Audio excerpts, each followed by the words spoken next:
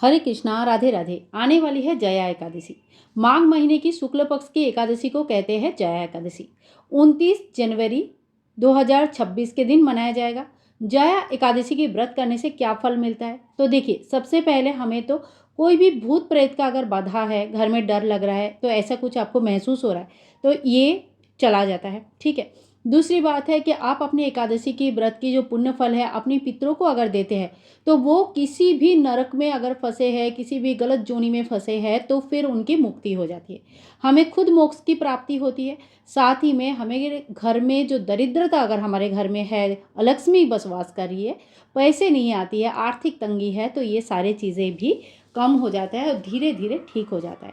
तो अगर आप व्रत नहीं भी कर पाते हो, तो बिना व्रत का भी शुद्ध सात्विक आहार ग्रहण करके भी इस पूजन को कर सकते हैं। तो पूजा करने के लिए कोशिश करना है, हमें सुबह सुबह उठना है ब्रह्म मुहूर्त में, और जितना हो सके सुबह सुबह ही इस पूजा को कंप्लीट कर लेनी है। जया एकादशी की पूजा का पूरा प्रोसेस जो है मैं आप लोगों के साथ शेयर कर रही हूँ। वीडियो ध्यान से देख लीजिएगा, और लास्ट में पारण कब और कैसे करेंगे ये भी शेयर करूँगी। सबसे पहले सुबह सुबह उठ के अपने मंदिर की पूजा कर लीजिए। सूर्य नारायण को जल अति अवश्य ही चढ़ाइएगा। तुलसी में दीपदान कर लीजिएगा। ठीक है। अगर दीपदान नहीं कर पाते, थोड़ी सी लेट हो गया है, सूर्योदय हो चुका है, तो आप धूप और फूल जरूर चढ़ा दीजिएगा। जो लोग जल नहीं चढ़ाते हैं वो लोग जल नहीं चढ़ाएंगे। ठीक है। अब इस तुलसी जी को जल चढ़ाना है या नहीं चढ़ाना है, इसके लिए कई मतामत है, तो आप जो भी फॉलो करते हैं आप उस हिसाब से पूजा कीजिएगा। इसके बाद हम एक यहाँ पे चौकी रखेंगे। चौकी के ऊपर पीला कपड़ा बिछाएंगे। भगवान श्री विष्णु नारायण का जो भी फोटो, मूर्ति, जो भी स्वरूप आपके पास है उनको आप विराजमान करें।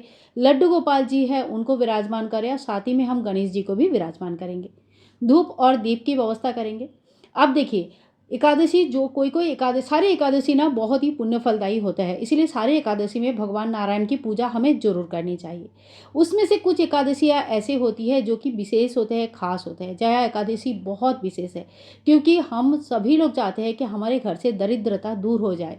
हमारे महापाप, जैसे ब्रह्म हत्या जैसे भी महापाप अगर हमने किया होगा कभी, किसी जन्म में कभी भी हमसे हो गया होगा, तो उस महापाप से भी हमें मुक्ति मिलती है। पिशाच जोनि में हम नहीं जाते हैं। घर में जो भूत प्रेत की बाधा होता है वो भी चला जाता है। तो ये एकादशी बहुत ज़्यादा खास होता है हमारे दैनंदिन जीवन को अच्छा बनाने के लिए। ठीक है। यहाँ पे मैंने पूरी चौकी तैयार कर लिया। आप चाहे तो अपने मंदिर में भी पूजन कर सकते हैं। आप जल छिड़के के सभी को हम स्नान करा लेंगे। ओम गंगांग गणेशाय नमो, गंगा गणेशाय नमो, गंगा गणेशाय नमो नमः। इस तरह से गणेश जी को स्नान कराएंगे। लड्डू गोपाल जी को पहले ही मैंने स्नान करा के पीला वस्त्र धारण करवाया है, और साथ ही में नारायण जी को भी स्नान कराएंगे। इसके बाद हम वस्त्र स्वरूप कलावा चढ़ाएंगे। अगर आप चाहे तो इस समय पीला वस्त्र भगवान को अर्पण करें, और बाद में उस वस्त्र को दान कर सकते हैं। ठीक है। तो अगर पितृ के निमित्त आप पूजा कर रहे हैं, तो ये जो दान होता है ये महादान में आ जाता है। और थोड़ी सी सीधा निकाल सकते हैं। द्वादशी के दिन जब दान करेंगे तो उस वक्त थोड़ी सी सीधा निकाल सकते हैं और पीला वस्त्र दान कर सकते हैं। ये बहुत बड़ी दान होती है, और बहुत सारा पाप से हमें मुक्ति मिल जाती है। तो ये दान आप अगर चाहे, आपको पता है कि कुछ गलती से कुछ हुआ होगा, तो आप इस व्रत को जरूर कीजिएगा। ठीक है। इसके बाद हम सभी को टीका लगाएंगे। चंदन का टीका भगवान को अति प्रिय है, तो सभी देवी देवता को हम टीका लगाएंगे। माता लक्ष्मी को हम रोली का या सिंदूर का टीका लगाएंगे। ठीक है। तो इस तरह से हम सभी को टीका लगा देंगे। वस्त्र स्वरूप कलावा अर्पण कर देंगे। माता को हमने यहाँ पे पीला चुनरी अर्पण करके रखा है, और लड्डू गोपाल जी पहले से ही वस्त्र पहन के रखा है। अब क्योंकि ये माघ मास का माघ महीने में आता है ये एकादशी, तो हमें तिल का ज़्यादा से ज़्यादा व्यवहार करना है। अगर आपके पास तिल गुड़ है, तिल के लड्डू, तिल से बना हुआ कोई भी चीज़ है, तो आप भगवान को भोग स्वरूप भी अर्पण कर सकते हैं। और नहीं है तो थोड़ी सी तिल कम से कम भगवान के चरणों में चढ़ा दीजिएगा। भगवान विष्णु जी को तुलसी के पत्ते अर्पण करेंगे। तो तुलसी दल, बिना तुलसी दल की तो कोई भी पूजा स्वीकार नहीं होती है।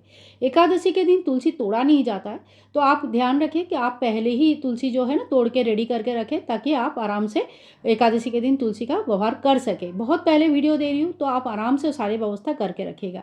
रात को ही अगर हो सके तो कौन सा भोग आप चढ़ाना चाहते हैं, कैसे पूजा करेंगे, पटला वगैरह तैयार करना, ये सारी चीज़ें करके रखें, ताकि सुबह सुबह आप पूजा कर पाए। इसके बाद आप भगवान गणेश जी को पीला मिठाई का भोग लगा सकते हैं। फलाहारी व्रत होता है, तो फल का भोग तो जरूरी लगता है। इसके साथ तिल के बने हुए या गुड़ का बना हुआ कोई भी मिठाई, लड्डू भी आप भगवान को चढ़ा सकते हैं। शुद्ध सात्विक आहार ग्रहण करके ही इस पूजा को करना है, अगर आप व्रत नहीं रख रहे तो। लेकिन उसमें भी हमें अन्न ग्रहण नहीं करनी है, यानी कि चावल का सेवन नहीं करनी है। ठीक है। अब हाथ में एक फूल ले लेंगे और व्रत कथा पढ़ लेंगे। कोई भी जब हम व्रत पूजा करते हैं तो उसके कथा पढ़ना सबसे अच्छा रहता है। अगर नहीं पढ़ पाते हैं तो आप कहीं से सुन भी सकते हैं। एकादशी की व्रत कथा पढ़ने के बाद फूल हम रख देंगे चौकी में ही और हाथ जोड़ करके पूजा में रही कमियों के लिए समय याचना कर लेंगे। ठीक है, तो इस तरह से हमारा पूजा जो है ना संपूर्ण हो जाता है। इसके बाद हम दक्षिणा रख देंगे। दक्षिणा क्यों रखा जाता है कि पूजा में कोई भी कमी रह गया है इसको पूरा करने के लिए दक्षिणा रखा जाता है। तो दक्षिणा जो रखेंगे, जो कपड़े अगर आपने रखा है, सीधा निकाला है या दान सामग्री जो भी आप दान करना चाहते हैं पितरों के नाम पे, वो सारे मिनस के रख लीजिए। द्वादशी के दिन सुबह सुबह हमें पारण करना होता है, दान करना होता है। ठीक है, तो इस तरह से इसके ऊपर भी अगर चाहे आप कमेंट करना, मैं डिटेल्स वीडियो अपलोड करूँगी कि द्वादशी के दिन आपको किस तरह से दान पुण्य और पारण करनी चाहिए।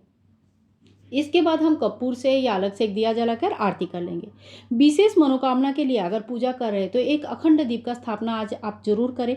पूरे रात भर जलेंगे, वो दीप चालू रहेगा और द्वादशी के दिन पारण के समय तक कम से कम उस दिया को प्रज्वलित होना चाहिए। अगर हर एकादशी में आप इस रूल को फॉलो करते हैं तो बहुत जल्द आपका सभी प्रकार की मनोकामनाएं पूर्ण हो जाती है। आप चाहे तो इस तरह से अखंड दिया का नियम भी ले सकते हैं।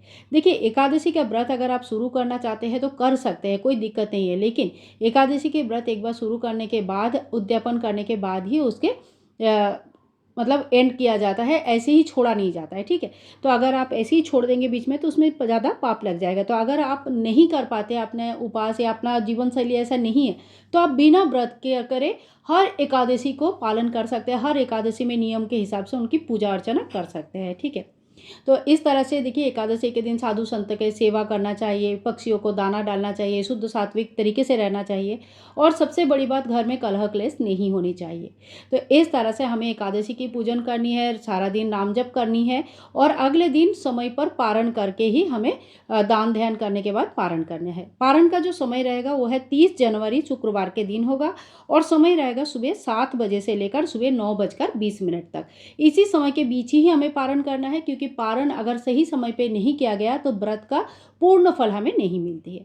तो आज के लिए इतना ही, मिलूंगी नेक्स्ट वीडियो में। तब तक के लिए हरे कृष्णा, राधे राधे।